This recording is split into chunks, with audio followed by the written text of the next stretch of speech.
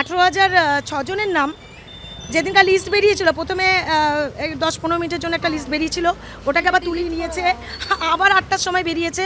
পুরোটাই এডিটিং। এইটাও আমি আপনাকে বললাম, এটাই এডিটিং।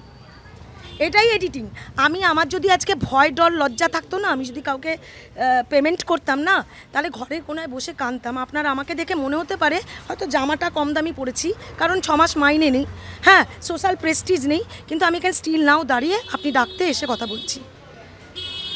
কি হচ্ছে, আমার পেটের বিদ্যাটাকে নিয়ে নেবে?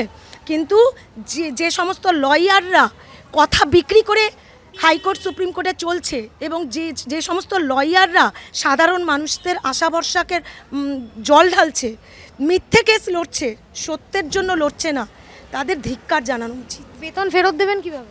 বেতন দেব, পজিশন আসুক, কিভাবে বেতন ফেরত দিতে হয়, কার দিতে হয়।